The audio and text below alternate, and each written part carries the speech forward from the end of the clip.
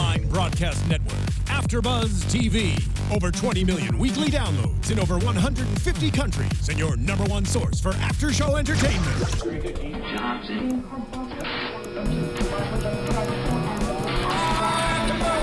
AFTERBUZZ TV, the destination for TV superfans. Producing after-shows for over 300 of your favorite TV shows. Interviewing celebrities and showrunners. And bringing you behind-the-scenes exclusives. All thanks to E! Entertainment's Maria Menounos, producer Kevin Undergaro, and internet leader Akamai. Now, let the buzz begin! Remember the 5th of November, the Gunpowder, Treason, and Plot. I know of no reason why the Gunpowder Treason should ever be forgot. Welcome again, AMC Turn fans. Welcome to another edition of the AFTERBUZZ After Show. I'm your host, Megan Salinas, here to talk to you about the explosive season finale, Gunpowder, Treason, and Plot, Season 2, Episode 10. And holy cow, was that intense. That was a fantastic way to end the season. I cannot wait to talk to you about it. Unfortunately, my co-host Kristen Carroll is away. She is out on assignment, so I'm afraid it's just Lieutenant Salinas here holding down the fort. But joining me here is our wonderful producer, Marissa. Marissa, how are you doing tonight? I'm great, Megan. It's us again. It is. You know, we started this together and we'll finish it together. Well, yeah, that's how it should go. It's very fitting. Thank you so much for joining me tonight. And thank you to all of you in the live chat. I see a lot of you are active in there, so thank you so much for staying up to tune in. We really appreciate your comments, and we're also keeping an eye on the hashtag ABTVTurn on Twitter if you have any comments or feelings about the finale, because I don't know about you guys, I have a lot of feelings about this finale.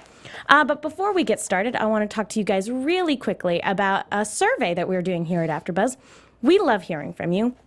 So keep sending us your tweets and comments. We read every single one of them, and that is true. I actively check all of my hashtags for all my different shows. So don't miss the chance to take our very important listener survey at podcast1.com. Your responses will help us make the show the very best it can be. It'll only take about 3 minutes of your time, and you'll get instant gratification that comes with knowing you're helping us out a lot. You can tell us how you really feel about the show and help us get to know you better. Do it now. Take the podcast1.com survey. That's podcast1.com. And keep those tweets and comments coming. And folks, if you haven't already done so, please subscribe to us on YouTube and iTunes and all of that fun stuff. Rate, leave a comment. We love hearing from you. I know I've said that about 5 times just now, but we really do. It really means the world to us to see your comments on YouTube, on iTunes, and Twitter, and just engaging with you guys during the week. It really means the world to us, and it's going to mean the world to us now that the season for Turn is done. So please share your feelings with us, and let's use that hashtag #RenewTurn, because I need a season 3 after this finale. So I'm just going to go ahead and say it. This finale was pretty dang great. It tied up a lot of great loose ends. I will say, though, that the only problem I had with it was actually during the climax, during the battle. And I'll touch on it more later, but there was an opportunity for character confrontation that we hadn't seen since the previous season. And I thought it would have really paralleled last season a lot if they had done it. There's a point in the battle where Caleb and Ben and Simcoe are all on the battlefield together, and not once do they ever lock eyes, not once do they ever have a direct confrontation with each other. They're always, and granted it's the battle, so yeah, it's pretty chaotic and there's a lot going on, but I thought it would have really mirrored last season's finale really well if there had been some confrontation. And the fact that they didn't, it's the only thing in this finale to me that feels like wasted potential. Maybe I'm wrong on this one. If you guys feel differently, please feel free to let us know. I want to hear what you guys have to say about it. Why do you think they put it off? I suppose so that it can be something they come back to, and it might have been that they initially wanted to do something where there was a clash between Caleb and Ben with Simcoe, because all 3 of them obviously have a very torrid history together. So to have all 3 of them on the battlefield and not really do anything with it seems odd to me, but I think the main reason for it was so that neither Ben, Caleb, or Simcoe was killed, because it's too early to kill off any of them yet. And Caleb already survived a battle confrontation with Robert Rogers. So maybe it would have seemed unrealistic for them to clash with Simcoe and for all three of them to get out of it alive. Do you think having them actually interact with each other the way that you wanted them to, do you think that would have slowed down the storyline, whatever, all the action that was going on? It's possible that they wanted to do that and it ended up being cut for time. But in all honesty, it was the one thing I was waiting for, because they made a point of getting Simcoe out onto the battlefield. So it just seemed odd to me to have that set up and for the execution to not go that way. That isn't saying that the battle scene was not good, because it was great. It's probably the best battle scene we've had on Turn this entire season. Actually, for the entire series, because probably the best battle scene was at the end of last season. So this is probably the best battle we've seen throughout the entire series, and it just seemed weird to me to have that set up and to not follow through with it. I see. Like I said, if you guys feel differently, if you guys were perfectly okay with them not going that route, let us know, because we want to hear what you have to say too. Well, Sorwa in the YouTube chat, thank you everyone for chatting, he or she says, I agree, was expecting some Caleb, Simcoe, Ben action. Kalinicus 72 says, strange they never caught sight of one another. Yeah, I mean, I guess, it's a battlefield. You never quite know what's going to happen in the chaos. But yeah, it does seem a little strange. That being said, apart from that kind of missed opportunity, this was a really solid finale. So, and we'll get more to the battle a little later. But right now, I want to talk about a couple different aspects of the plot. And let's start off with, of course, the subject that is near and dear to my heart, John Andre and Peggy and Benedict Arnold. Let's talk about that storyline, because this episode is where we see John Andre at his sloppiest and at his most low. And it's kind of heartbreaking to watch, because normally he is very, very collected, very composed, and very kind. And we see him at his lowest point in this episode when things kind of backfire on him because he was too hasty and overconfident. He was so sure in his plan with the way that they had set up General Lee to walk into a trap, and the plan would be for them to make a hasty and embarrassing retreat after this trap was sprung, that it would allow them to completely decimate Washington's forces, who are supposed to be a day behind Lee's. So it was heartbreaking, kind of, because even though we want, obviously, the Patriots to win, and we know that ultimately they win, we see John Andre and his reasoning for wanting to get the war over with, because the sooner he can get this war won, the sooner he can go back to Philadelphia to go back and be with Peggy, which I know my co-host Kristen and I had been talking about. We thought he loved her to an extent, but ultimately was still 100% okay with using her in order to win the war. That even though he cared for her to an extent, that she was just another pawn. In this episode, we see that we were wrong. So I will go ahead and gladly say that I was wrong on that one, because here, and maybe it's because he thought he was going to win, but the fact that he is confronted with this with this loss, and it's delayed his plans. He can no longer go back to Philadelphia. It's completely changed, and now the way he put it is he's left her in the hands of that blue bear. So we can tell that's not at all the way he wanted things to go. He wanted to win the war so he could come back to her. And I don't know if it's just him having lost or if he really does love her.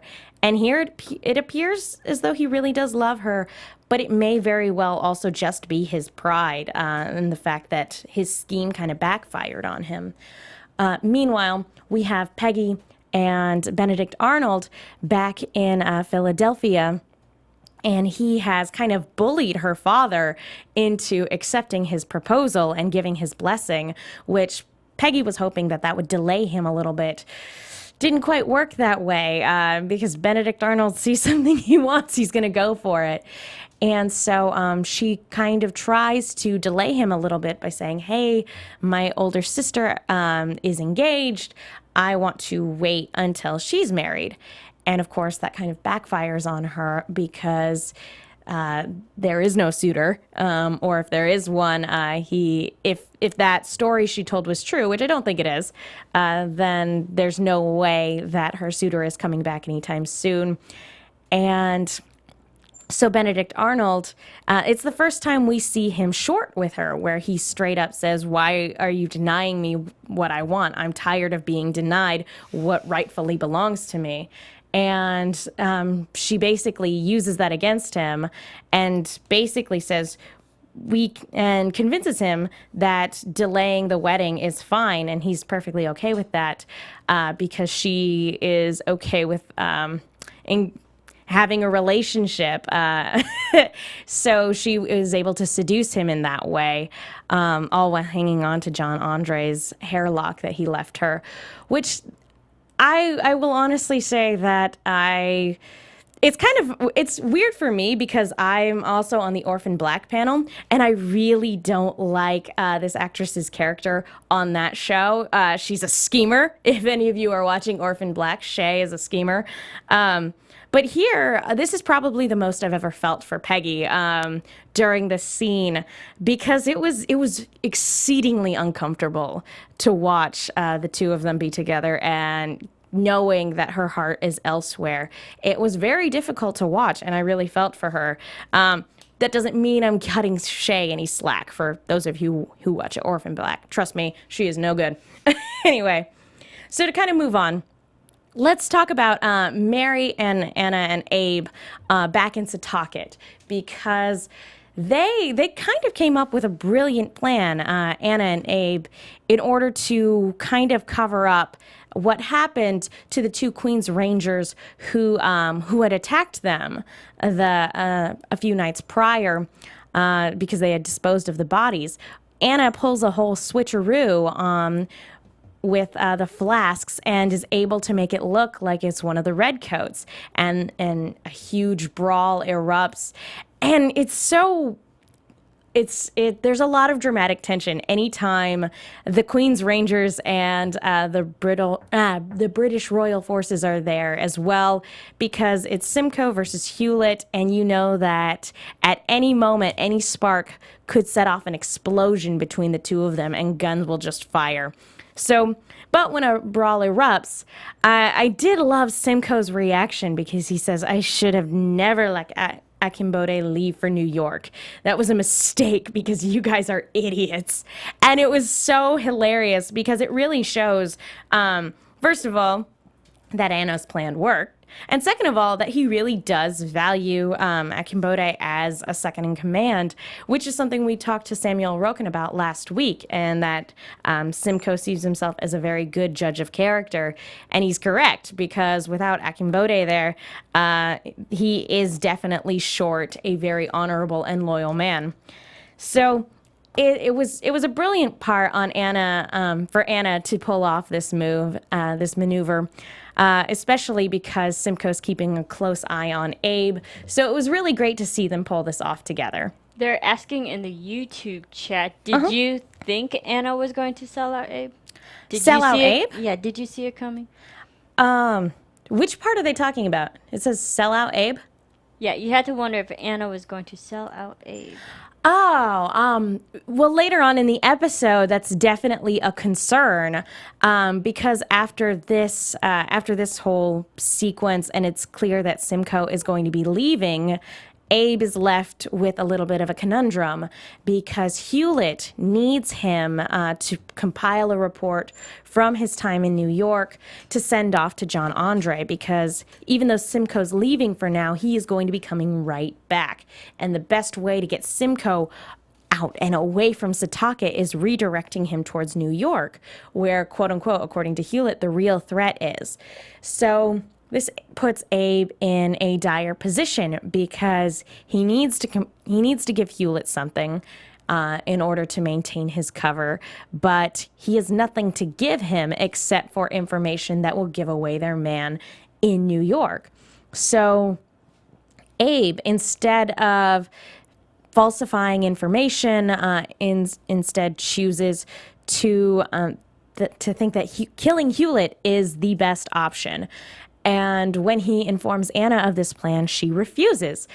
And I have to tell you guys, my heart melted a little because I am totally on board with shipping Hewlett and Anna now.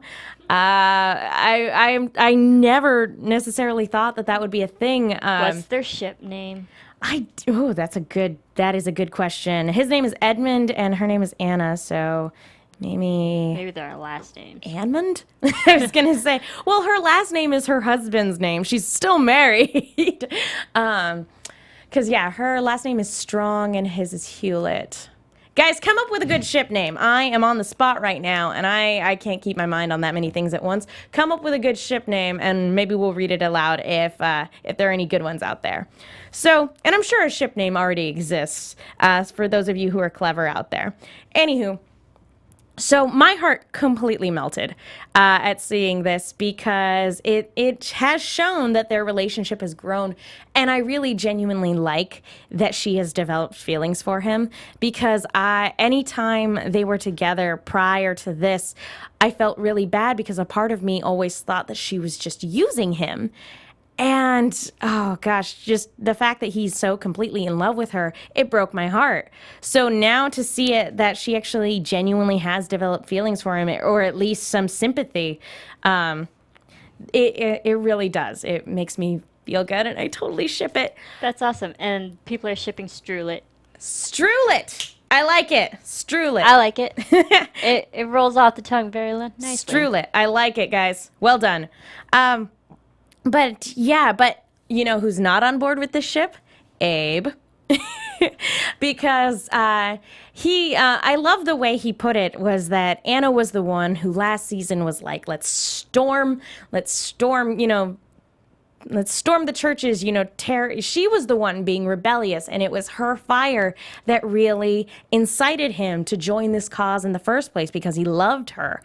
And now she's changed her mind because she's still loyal to the cause, but she doesn't want to murder this man who she acknowledges is a good man who last season she was calling for his head. So it's kind of amazing to see that kind of character growth and to see how this relationship has developed. And Abe is like, okay, well, if you're not going to help me murder him, I'll just murder him myself, which in and of itself is all kinds of terrible. But it has created a new team up that I absolutely adore, that we need more of.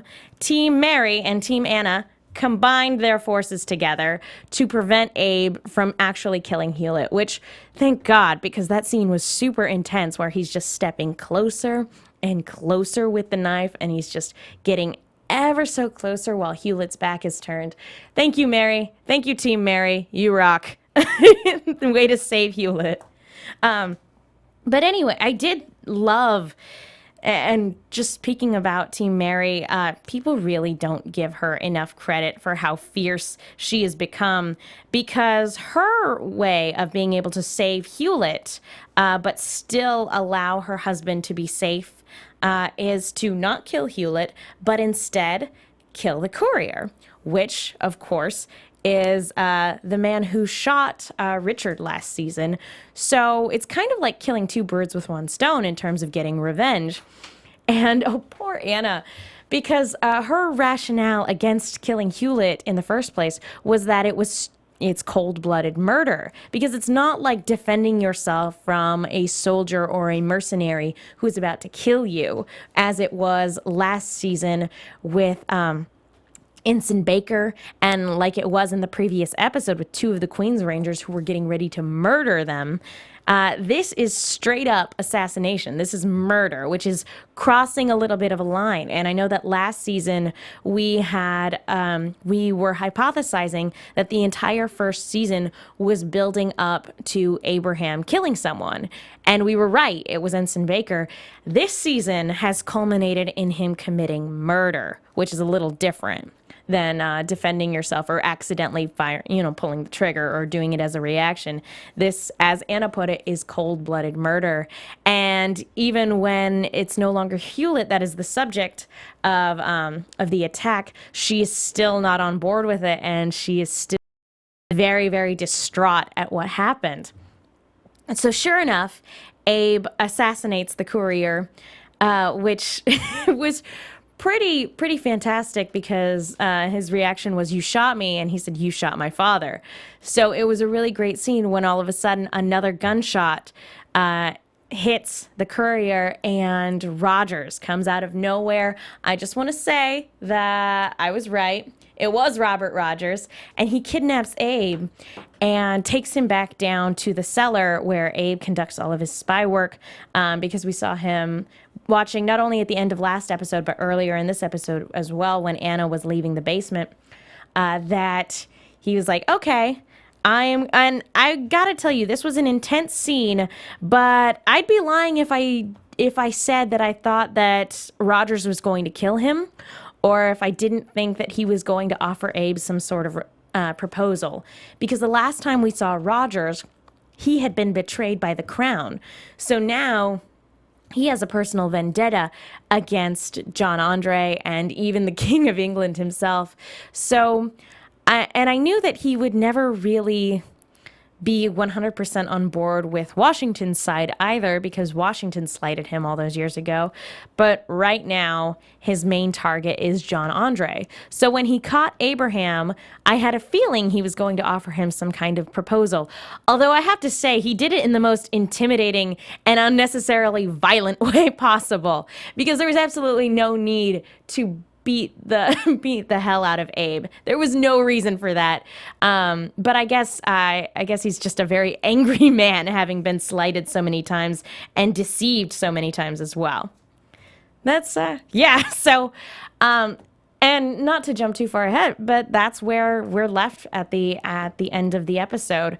So I hope that season 3, and we'll talk a little bit about predictions, but I hope that season 3 will focus a little bit more on Rogers. But we're not done. We've still got a lot in this episode to talk about. Mainly Simcoe going into battle and the conspiracy against Washington. But before we talk about that battle, I actually have another announcement for you guys. We have another battle that we would like to inform you about. Dance Battle America. We want to tell you about something really cool. You can now apply to Dance Battle America, ABC's newest competition special. From our very own AFTERBUZZ founder and host Maria Menounos and Juliana Howe from Dancing with the Stars comes ABC's... Oh, Huff. Thank you. I can't read. I'm illiterate. Comes ABC's special Dance Battle America. During the holiday season over the last 2 years, Juliana and Maria have engaged in a fearsome dance battle via social media. Once the challenge took off, celebrities like Kate Hudson and Amber Riley joined in, and a dance craze battle began. Now the ladies are challenging everyone in America to battle it out for the chance to fly to LA and compete on the show scheduled for this fall. So if you want the chance to dance on the network television, go to dancebattleamericacasting.com for information on how to submit your video, and don't forget to post it on social media using the hashtag DanceBattleABC. So be sure to do that, guys. It is a ton of fun, and you get to come out to LA, here where the AfterBuzz studios are at, and that's where all these fine and cool people hang out. Yeah, and I'll just say I've actually been a part of the original Dance Wars. Yeah, Dance that's battles now, but you should definitely check them out on Instagram, social media. Like, they blew it up. It's awesome. They're really fun, and if you want a chance to fly out to LA, be on national television, submit Dance Battles ABC. Yeah, no, and it's awesome. And even if you don't want to participate in the competition, check out the hashtag, because seeing everybody dance is just phenomenal. It's fantastic. It's awesome. So now that we've talked about the dance battle, which how different would the show be if everything was decided via dance-off? Let's talk about the upcoming battle. So General Lee, the setup for this, we talked about it last week, was that General Lee has been given half of Washington's troops. He'll be going in, and of course, it's a trap. And Ben, sensing a trap, has decided to lend his dragoons to Lee's forces. And Lee, being the gentleman that he is, has sent Ben out into the front and center of the battle to be the tip of the spear, as he puts it, which is basically saying, you know this is a trap, I know this is a trap, you're going out on the front lines. That's, way to go, General Lee. You are awful. You horrible person. Anyway, so Ben, of course, suspects a trap. And sure enough, that's exactly what happens. The trap is sprung with Major Andre looking on top of the hill with the other generals, and so they're watching as the Patriot forces are overtaken, and Ben and Caleb are trying with all their might to hold the line because Washington is counting on them. Washington's supposed to be a day behind them. And sure enough, General Lee orders a retreat. So they fall back, and all the while, Ben is trying to convince everybody to go back and hold the line because Washington is counting on them. Well, just when Lee says he's going to execute him as a traitor if he doesn't follow his orders, sure enough, who comes out of the blue but General Washington? And I loved this moment between him and Ben because as soon as he comes riding up, you can just see it in his eyes that this is exactly what Washington had been planning from the start when he gave his forces to General Lee in the first place. And you can kind of see it in the quick glance that they lock eyes for just a moment. And there's just this look of, yes, everything went just like I planned it. And we had been talking about it last week that it was a possibility that he let that information go to Ben so that Ben would need to be exactly where he needed to be. And sure enough, I believe that's what it was.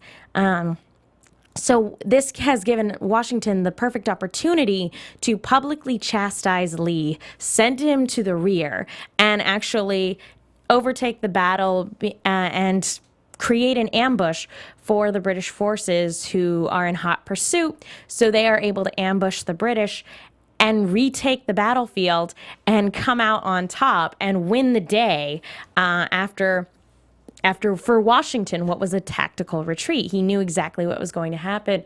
And I'm beginning to see why I believe Washington was called the Old Fox, because it's true. He just had this kind of mischievous grin on his face after everything kind of came together. And I will add one more thing about the battle. I know I said I was disappointed at the lack of the Simcoe and Ben and Caleb confrontation. But can I just say Caleb had this really cool hand cannon? I don't know what it was. I'm sure it's a real historical thing, but it was a hand cannon and it looked awesome. And I'm like watching the fight ensue. I was like, of course Caleb's gonna have a hand cannon. That makes so much sense. That fits in perfectly with his character. So I thought it was fantastic. Are they still around? Hand cannons? Hand cannons. I have no idea. It was this cool steampunky looking thing. I figure most things from most weaponry kind of became obsolete after the machine gun. So I would imagine that a hand cannon really wasn't a thing anymore. But The closest thing to hand cannons I can think of is when they, shoot all the shirts into the crowds. That type of cannon. It's like a shirt cannon now. Yeah. Yeah, it was actually a lot like that, only with a little tiny cannonball. And it was really effective in the field by the look of it. But yeah, it was like, while I was watching it, like I said, I just was like, of course, that's the weapon that Caleb would choose. It makes the most sense. This is the same guy who, came into New York Harbor in a turtle. So that makes complete and total sense to me.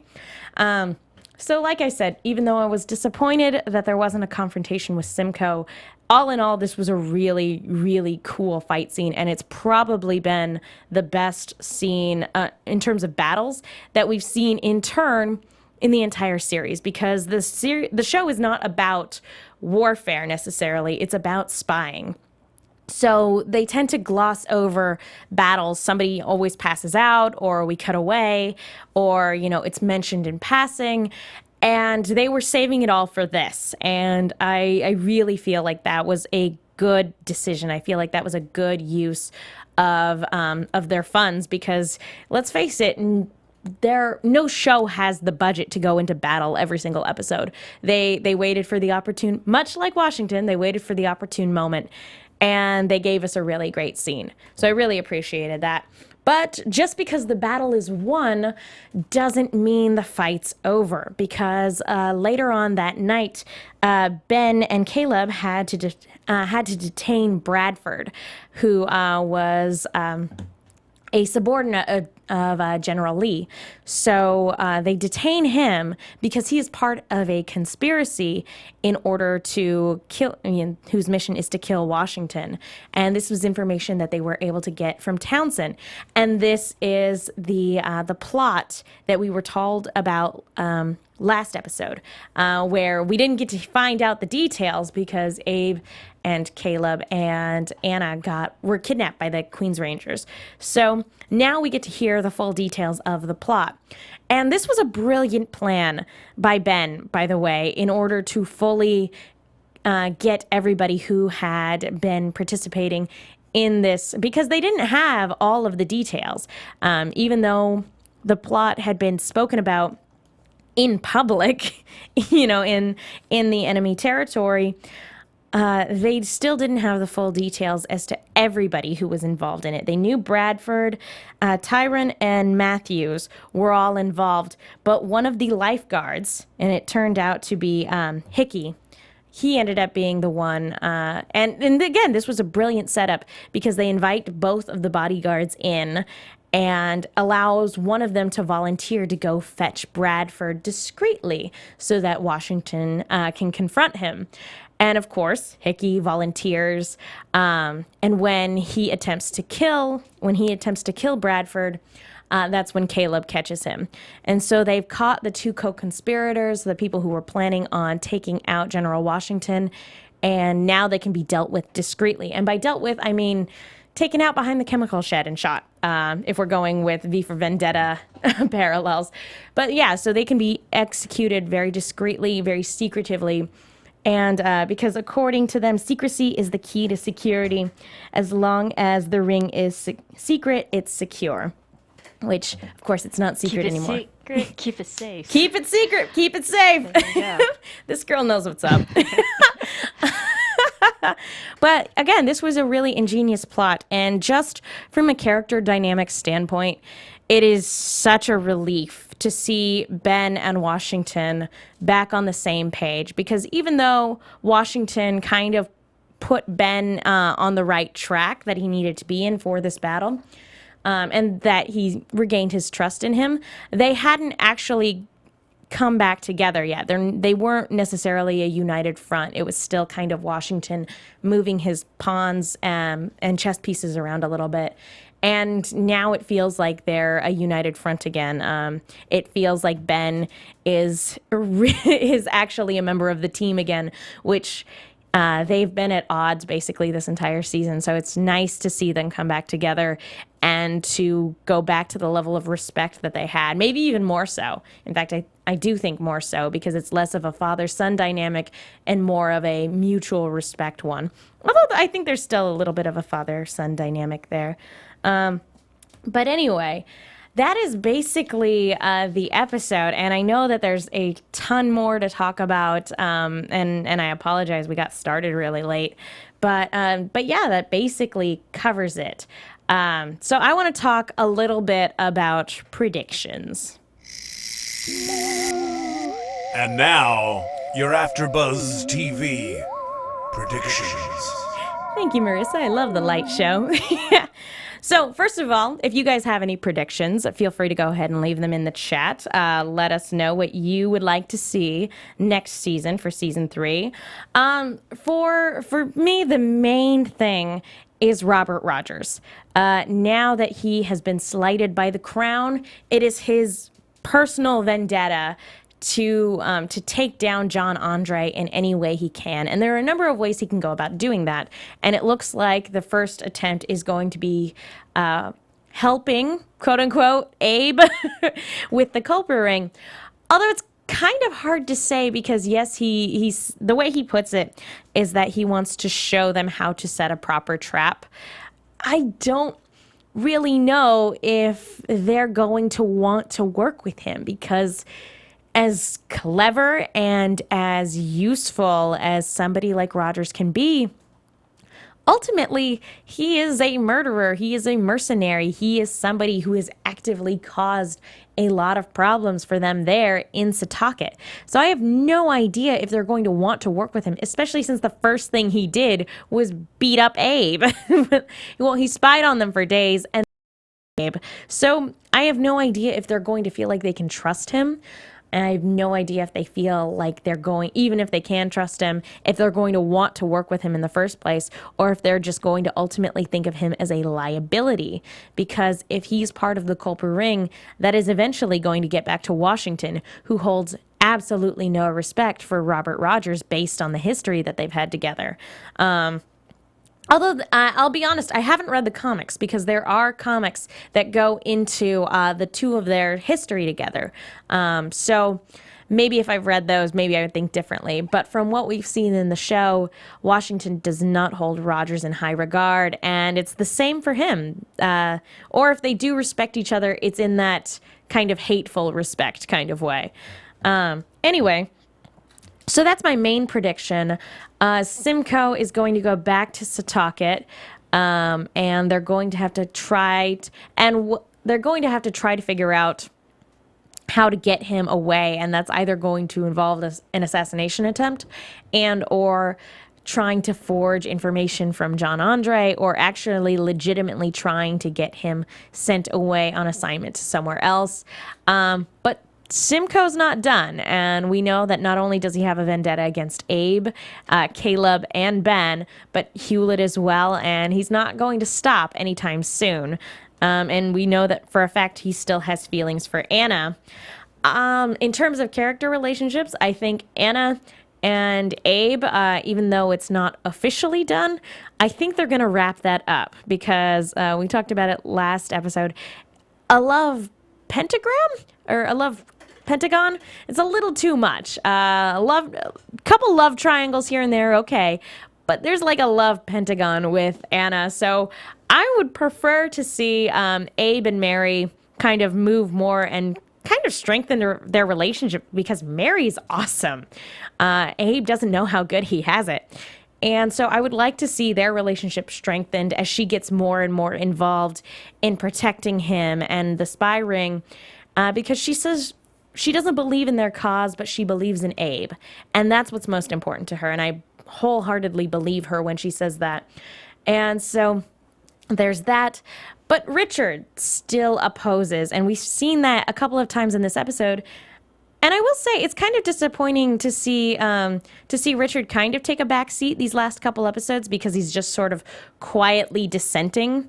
I feel like that can't go on. He knows too much. He can't really keep ignoring this. So I feel like next season he's going to have to make a choice to either get involved or to actively oppose his son, instead of just kind of pouting in the corner like a petulant child. And I feel like even though he is pouting and he acts and throws tantrums every now and then, ultimately I don't ever think he could turn in Abe. So I think what he's going to do is ultimately choose to help his son as well. So Abe's whole family will be in on the ring as well, which will definitely make things a little easier in terms of stuff on the home front. It's not going to make things easier in terms of dealing with Hewlett, though. And that is the big question mark for next season, because they haven't explicitly said it, but Anna has developed some feelings, whether those are platonic feelings or romantic feelings. Again, hasn't outwardly been stated, but she certainly doesn't want Hewlett dead, because he's a good man. And so that it creates a big question mark for next season, because we've already established that Abe would be perfectly fine with killing Hewlett where he stands. Because as far as Abe is concerned, Hewlett is a threat to their ring there in Setauket. Well, Kalinicus 72 says Anna's loyalty will be divided. Ooh. That's what they think. I mean, that makes sense. And we also kind of forget her husband is still around. He's not dead. Poor Sela. He's just kind of been left. It is kind of a shame he was left out this season. Maybe he'll come back next season, depending on what kind of dynamic they want to kind of throw at us. Personally, like I said, I ship the Anna Hewlett thing. But ultimately, even if they choose to go that route, ultimately, he's going to find out what she's been doing eventually. And that is either going to break his heart, cause him to turn on her, or it will cause him to sort of rethink his own position. Either that or some combination of those three things. I genuinely worry because he is such an honorable man. He's a romantic, and he clearly loves her. But if he were to find out that one of the reasons he fell in love with her was because of her act of bravery and her patriotism and loyalty to the king, that's one of the reasons why he fell in love with her. So if he found out that was a lie, that was a sham, because she was in love with somebody else at the time, I genuinely don't know how that would affect him. I mean, the heart wants what the heart wants, so maybe he'd still be in love with her despite that. But he has a very strict sense of honor and loyalty, so loyalty specifically to the crown. So that will definitely be a dynamic to probably come up next season. Again, hashtag renewed turn. Well, that just about does it for me in terms of my predictions. Marissa, you really, really, really should start watching this show because it's fantastic. I know. I need to get on it. Well, obviously, I'm missing out. You like Jamie Bell, right? I love Jamie Bell. Yeah. Whole first season is on Netflix. It's on Netflix. I know. So, it's in my queue. I'm getting to it. What I'm going to do now that season 2 is done, I'm going to need my fix. I'm going to go ahead and binge watch season 1 again and wait anxiously for season 2. Binge watch it together. Heck yes. We'll make a day of it. It'll be Netflix. Fun. So I'm going to go ahead and binge watch it. The first season is available on DVD and Blu-ray. Be sure to check it out if you haven't already done so. If you haven't already done so, also, please follow my co-host, Kristen Carroll, at KristenCarroll13 on Twitter. And you can follow me on Twitter at The Menguin. That's TheMenguin. I'm also on a bunch of shows here at AfterBuzz. I've started writing articles for The Movie Chick with 2 Ks. Be sure to check those out. And stay tuned later on tonight. Popcorn Talk and The Movie Chick have something special coming up for you guys. So be sure to check that out later on tonight. I wanted to say thank you to everybody who participated in the hashtag. Thank you to everybody who participated in the live chat. I've looked at a couple of your comments. You guys are a hoot, and I really appreciate you guys staying up late to chat with us tonight. We really, really appreciate it. Like I said, if you haven't already done so, go to iTunes, rate, subscribe, all that fun stuff. We will see you guys next season, fingers crossed. Until then, have a wonderful night. From executive producers Maria Menounos, Kevin Undergaro, Phil Svitek, and the entire AfterBuzz TV staff, we would like to thank you for listening to the AfterBuzz TV network. To watch or listen to other after shows and post comments or questions, be sure to visit AfterBuzzTV.com. I'm Sir Richard Wentworth, and this has been a presentation of AfterBuzz TV. Buzz you later. The views expressed herein are those of the hosts only and do not necessarily reflect the views of AfterBuzz TV or its owners or principals.